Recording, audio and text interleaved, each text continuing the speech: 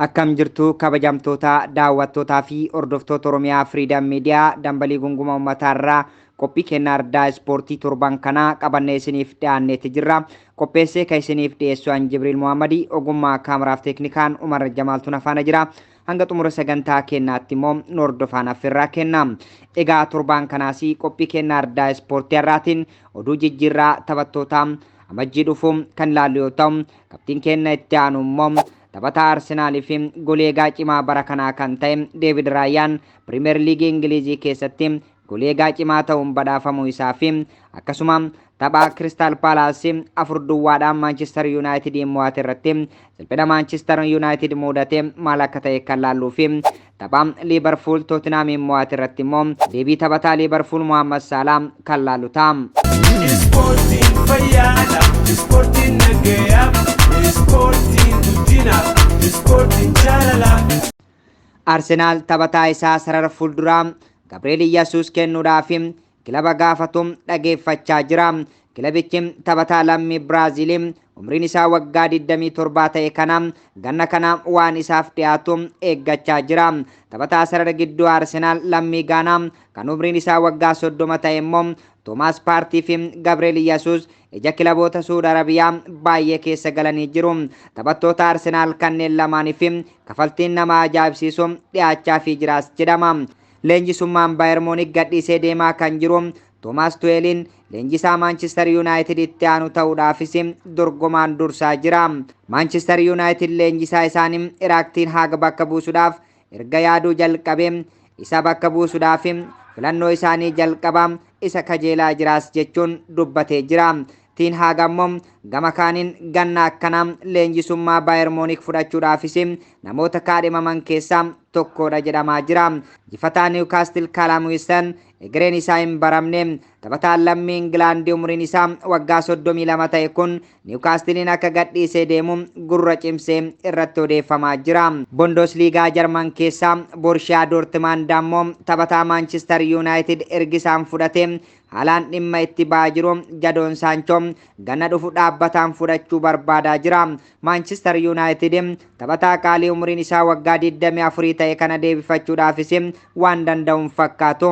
Manchester United Sancho fi Mason Greenwoodin paawundii miliyoona 100 sassaabachuu barbaada. Taphataan lammii Ingilaandii umriin isaa waggaa 22 ta'e Mason Greenwoodin ganna kana kilabicha gadhiisee deemuu barbaada. Jifataan lammii Geenee Stuttgartidhaaf taphatu Serhou Guirassy Arsenaaliin hawatamaa jira. Sarara fuulduraa kilabichaa filannoo dabalataa barbaadaa kan jiru Mikel Arteetaan taphataan umriin isaa waggaa 28 ta'e kana fudhachuudhaaf adamsaa jiraachuun dhaga'ama. Gama biraatiin abdiin taphataa sarara gidduu Ingilaandii Kiliif Filiippiin deebi'ee Leeds Yuunaayiteditti makamuuf kilabichi deebi'ee Piriimeer Liigitti guddachuu isaa irratti hundaa'a jedhama. Aston Villaan ammoo taphataa sarara ittisaa Atletico Madrid Mariano Hormoso kan umriin isaa waggaa 28 ta'e mallatteessifachuudhaaf dhiyaatee jira jedhame. AC Milan ammoo taphataa sarara duraa lammii Kaanaadaa umriin isaa waggaa 24 ta'e Jonathan Davidin yeroo jijjiirraa ganna banamu Liilirraa fudhachuudhaaf barbaaduu ibsee jira. Sporting fayyada, sporting nagaya, sporting guddina, sporting jaalala. Goleegaan Arsenaal David Raayaan goleegaa cimaa Premier League Ingilizii bara kanaa jedhame. Raayaan badhaasa gilaafii warqee irraa injifachuu kan mirkaneeffate jimaata darbe morkataa isaa goleegaa Everton Jordan Pickfordin tapha Luton irratti gooliin itti galu hordofeetti. Raayaan bara dorgommii kana taphoota 14 irratti gooliin keessummeessine. Taphataan ganna 29 ergisaan Brentford irraa bara kana Arsenaalitti makame kun taphoota 29 irratti goolii Arsenaal eegee jira. Tapha jimaata duraa badhaasa isaa kanatti namni dorgomaa ta'u Pickford qofa ture. Abjuun Pickford goolii daqiiqaa 31ffaa irratti lakkaawameen fashalee jira. Pickfordin liigii xumuruudhaaf taphoonni lama wayitaa hafanitti carraa Raayaan qixxaachuu qofa qaba ture. Raayaan jalqaba bara kanaatti ergisaan gara Emirates wayita dhufu bara kana xumuruudhaafis filannoo asumatti hafuus qabaatee ture. Dhufaatii isaa dura goleegaan idilee Arsenaal Aaron Ramsdale ture. Bara darbe taphoota 38 irratti goolii eege keessaa 14 irratti itti galee jira. Ga'umsa Raayaan mana Arsenaal keessatti suuta suutaan fooyya'aa dhufee jira. Muddee keessa wayita dogongoroota hojjete goolii 2 itti galuun yaadni Ramsdeelii iddoo isaatti deebi'uu qaba jedhu kaatii ture. Ji'a bitootessaa ammoo tapha Shaampiyoons Liigii irratti rukuttaa peenaalitii Poortoo 2 baraaruudhaan garee isaa gara nuusa xumuraa akka ce'u goon goota jedhamee faarfamee jira. Barreessaan kubbaa miilaa BBC Phil Maaknootiin ga'umsa gaafa sanii mormii filannoo Arsenaal jalqabaa ta'uu isaa irratti ka'utti xumura godhee jiraas jedha. Raayaan erga garee Arsenaalitti makame yeroo 2 qofa tapha liigirraa osoo hin taphatin hafee jira. Bakka inni hin jirretti hiriiree Ramsdeel kan taphate 2 irratti lakkoofsisuudhaan bahe. Ispoortiin fayyaadha, ispoortiin nagayaaf, ispoortiin guddinaaf, ispoortiin jaalalaaf. Gaetano tapha Crystal Palace fi Manchester United kan ilaallu ta'a. Kufaatiin Manchester United barana ni fooyya'aa osoo jedhamu iyyuu itti caalaa deema. Wixata galgala Crystal Palace'n 4-2dhaan mo'amuun Manchester Uniteditti dorgommii Awurooppaa keessaa baasuu danda'ee jira. Kun seenaa kilabichaa waggoota dheeraa keessatti isa gadi bu'aadha. Amma sadarkaa 8ffaarra kan jiru Manchester United dorgommii Awurooppaan ala ta'eeti jira. Taphoota isaa hafan injifatee kilaboonni akka Chelsea fi Newcastle qabxiin gatan taanaan immoo Uniteditti bara dhufu Awurooppaa liigis ta'e konferensi liigii Awurooppaan ala ta'uusaa mirkanaa'ee jira. Taphattoonni filannoo jalqabaa ta'an 10 miidhamanii jiru. Dorgommii Awurooppaa liigii argachuu kan danda'u yoo Manchester City mo'ate waancaa FA Cup nyaate qofaadha. Ten Hag kun waanuma beekamu ifaadhaas jedha. Ga'umsa gadi aanaadha kan agarsiisaa jirus jechuun taphattoota isaanii qeeqanii jiru. Akka taphachuu barbaannettis hin taphanne baay'ee ga'umsa gadi aanaadhaas jedhe. United yeroo jalqabaa fi bara dorgommii Premier League tokkotti taphoota 13 mo'amee jira. Seenaa kilabichaa keessatti ammoo sadarkaa 7ffaa gadi xumuree hin beeku ture. Amma 8ffaarra jira. Erga bara dorgommii darbee asii Nottingham Forest qofatu tapha Premier League dirreen alaa gaggeeffamu hedduu garaagarummaa galchii 4 mo'ame. United 3 haala kanaan mo'amuu isaati. Bara kana Manchester United irratti galchii 81tu lakkaa'ameera.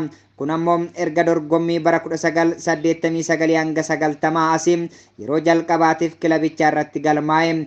Erga bara 1989 hanga 90 ta'us galchiin negatiivii dorgommii Premier League xumuru hin beekamu ture. Kana jechuun immoo Manchester United galchii hedduu irratti lakkaa'ame galchii muraasa qofa lakkoofsisee jira. Premier League keessa garee dadhabaa ta'e ji'oota fireen leenjisaa Manchester United maal ta'a kan jedhu dubbii ol falmisiisaa ta'aa tureera. Ten Hag ammayyuu waliigaltee waggaa tokko United waliin qaba.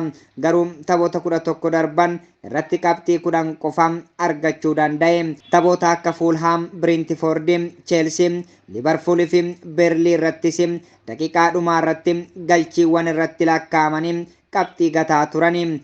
Bara leenjisummaa isaatti kan akkasii na mudatee hin beeku kan jedhu Ten Hag miidhama taphattoota hedduudhaan filannoo dhabnee rakkataa jirraas jedha.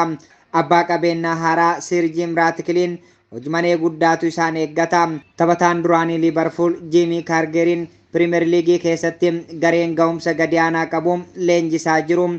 Kun dhugaadha. Ten Hag ga'umsa guddaa taphattoota isaanii irraa eegu jechuudhaan ga'umsa taphattootaa qeeqe. Garee Manchester United umrii 23 gadiyyuu galchiin haga kanaa ta'u hin mo'amne kan jedhu Carragher ani leenjistoota gurguddoo muraasa jalatti leenjeera kan akka garee kanaa garuu hin agarre jedhee jira. Taphataan duraanii Manchester United Ashley Young haala kanaan taphachuu kan itti fayyoo ta'e dorgommii Awurooppaan ala ta'an jechuun dubbate. Ten Hag Palace'n mo'amuun waanuma isaan irraa maluudha. Rakkina qabnu ni beekna. Garuu taphattoonni jiraniyyuu waan isaan irraa eeggamu kennuu qabu ture jedha. Kan ammoo hin agarsiifnes jechuun komata. Casemeroon bakka isaa malee sarara ittisaa irra taphachuun Izzee fi Olisee dhaabuu hin dandeenye. Palace leenjisaa haaraa jalatti tapha tokko qofa mo'amanii. karaa gariin osoo kubbaan sinneesin kubbaa dhiistee ba'uu qabda. Amma kubbaatu dursee Kaasemeroo dhiise jedha. Kanaaf immoo kana booda of ilaaluu qaba. Gara liigota Ameerikaa yookaan immoo Suudi Arabiyaa deemuu qaba jechuun Kaasemeroo qeeqe. Ispoortiin fayyaadha, ispoortiin nagayaaf, ispoortiin guddinaaf, ispoortiin jaalalaaf. Liverpool tapha Tottenham mo'ate irratti Mohamed Salah irraa deebii barbaadu argatee jira.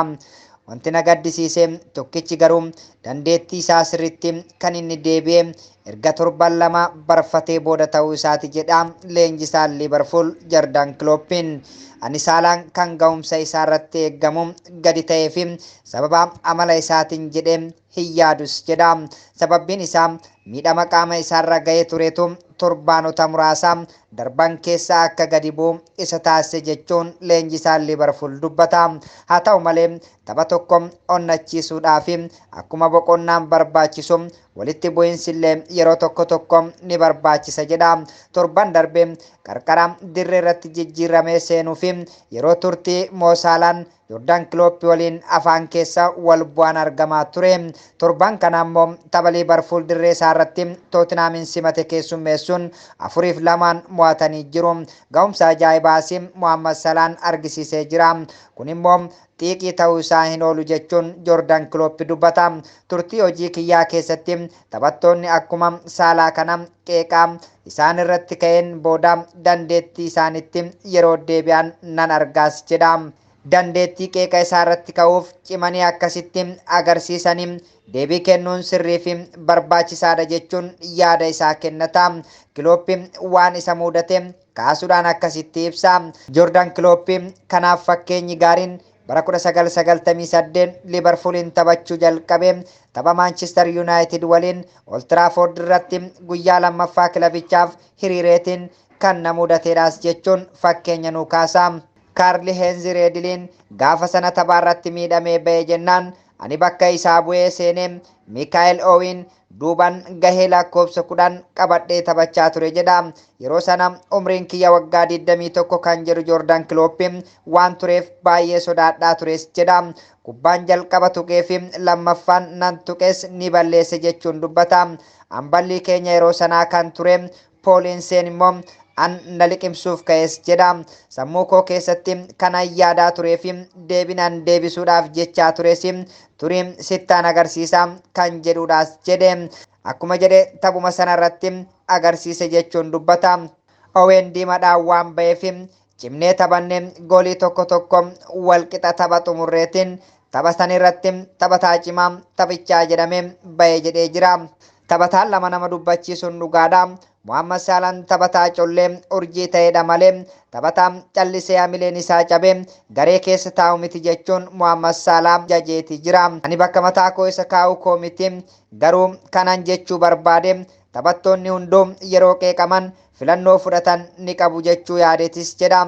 Torban darbe tapha Liverpool West Ham waliin taphate irratti Klopp yeroo sana jijjiiree seenuu isaatti waan itti dubbateef deebii inni kenne sirriin turre. Kanaammoo miidiyaaleedhaa fi deeggartoonni dubbachaa turani. Kanaaf karaan sirrii fi filatamaan waan uumame akkasii kanaaf deebiin tapha itti aanutti sitti agarsiisa kan jedhudha. Salaanis sirritti kanuma godhe jechuun dubbata. Tapha Tottenham waliin ture irrattis yaalii lama dura osoo hin milkaa'in hafee jira. Ittuma cichee goolii lakkoofsisee Salaan jalqabumarraayyuu kaasee ga'umsa gaarii agarsiisaa tures jedha. Akkuma jalqaba irratti jedhe dandeettiin Mohamed Salah amma deebi'ee kan Liverpool morkii shaampiyoonaa Piriimeer Liigii ta'uu keessaa kufuu hin oolchine ta'ullee sababbiin isaas kanaan booda Liverpool liigicha mo'achuu hin danda'u. Ta'us garuu ammallee wanti gaariin deeggartoota Liverpool bara dhufuu abdii Jurgen Klopp malee argachaa jiranii fi Salaan taphataa waan qabuuf hunda kennuuf taphataa lama nama dubbachiisuudhaas jedha. Osoo nama hin taane ta'ee fi gammachuu dhabuun kilabicha jibbee ala yaadaa jira ta'eeti deebii kana fakkaatu irraa hin argitu jechuun Mohamed Salah jaje. Mohamed Salaan Liverpool keessa ni tura moo ni deema kan jedhu Mohamed Salaan waxabajjii dhufu kana umrii isaa waggaa 32 guuta. Liverpool waliin ammoo kontiraanni qabu waggaa tokko qofaatu hafa. Taatee torban darbeetiin booda Muhammad Salaan Liverpool keessa turumoo ni deema kan jedhu ijoo dubbii ta'ee dubbatamaa jira. Qabatamaan amma jiru immoo waan gadhiisu miti kan jedhu Jordan Klopp karaa goolii morkataa irratti argamuun isaas shakkii tokko malee barbaachisaadhaas jechuun dubbata. Isa gurguranii maallaqa guddaa argachuudhaan deebisanii invest gochuun gaarii ta'ullee nama isa bakka bu'u argachuun kilabichaaf rakkisaadha yookaan kan hin danda'amnedhaas jechuun dubbata. Taphataan kun yeroo dandeettiin isaa gaariirra hin jiru jedhamullee goolii lakkoofsisuu ni danda'a. Ani ni tura jedheen abdadha kan jedhu Jordan Klopp garuu dhugaan jiru kana ta'uu dhiisuu danda'as jechuun shakkii qabu dubbata. Waan isaa fi maatii isaa hawwatu dhiyaate fi yoo jedhe garuu wanti ta'uuf jiru hin beeku jedhee jira.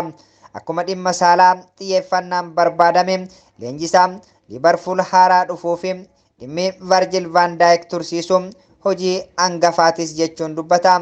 Virgil van Dijk Liverpoolin Saalaa qixxee barbaachisaadha. Taphataan kun kan Liverpool dhabuu hin barbaannedhaas jedha. Ispoortiin fayyaadha, ispoortiin nagayaaf, ispoortiin guddinaaf, ispoortiin jaalalaaf.